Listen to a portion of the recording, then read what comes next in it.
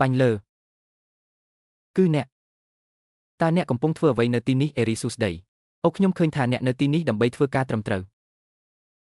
ការងារវិជ្ជាជីវៈទាំងអស់គឺស័ក្តិសមនឹងគួរឲ្យគោរពរក្សាវ៉ាឡើងខ្ញុំគាំទ្រអ្នក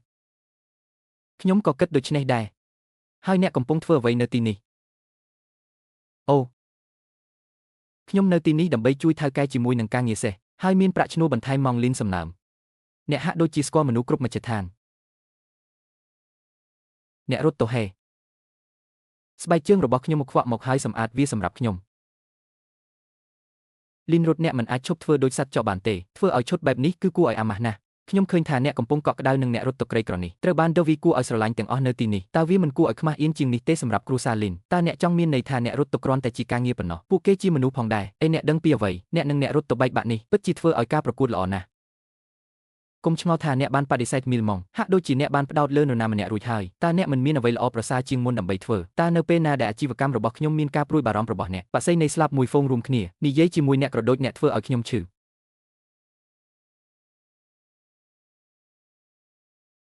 នាងឈួតគុំយកពាក្យរបស់នាងទៅបេះដូងនាងពិតជាអាក្រក់ណាស់ចំពោះអ្នកតើអ្នកមិនមានអារម្មណ៍តូចចិត្តអំពីវាទេនាងមានអណ្ដាតមុតស្រួច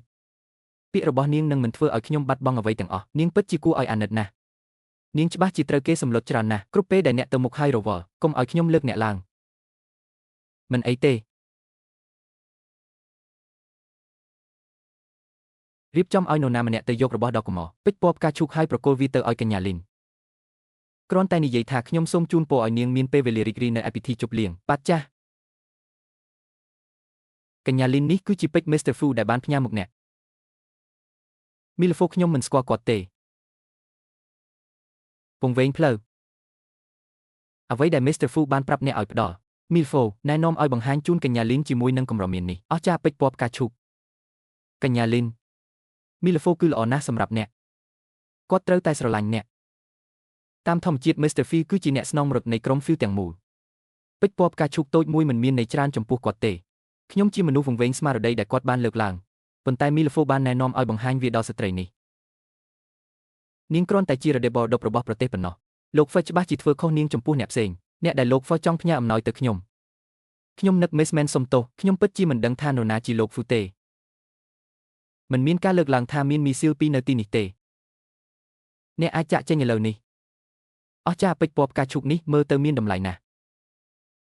លោកហ្វូគឺសប្បុរសណាស់ជាមួយនឹងអំណោយនេះកញ្ញាលីងអ្នកពិតជាមានសំណាងណាស់ពិតប្រាកដណាស់លោកហ្វូគឺជាអ្នកមាននឹងសុភាពរាបសារមិនដូចមនុស្សខ្លះទេ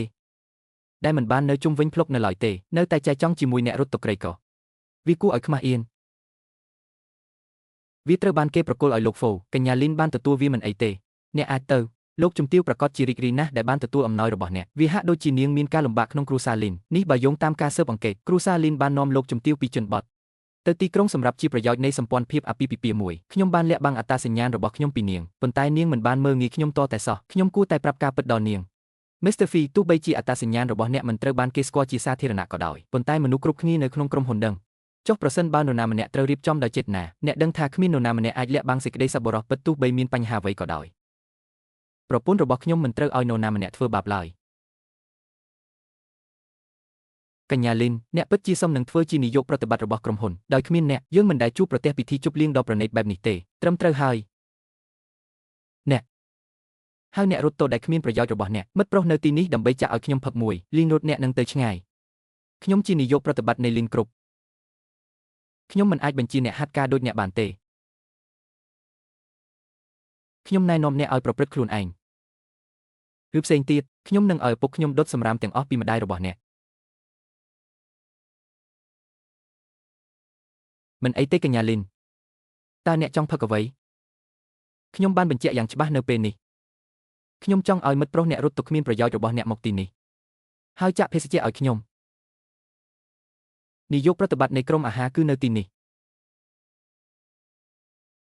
អូហាក់ដូចជាក្រុមអាហារមានកិត្យានុភាពជាងជាមួយប្រធានវងខ្ញុំបានហៅថាពួកគេមាននាយកប្រតិបត្តិថ្មីខ្ញុំមិនទាន់បានឃើញគាត់នៅឡើយទេ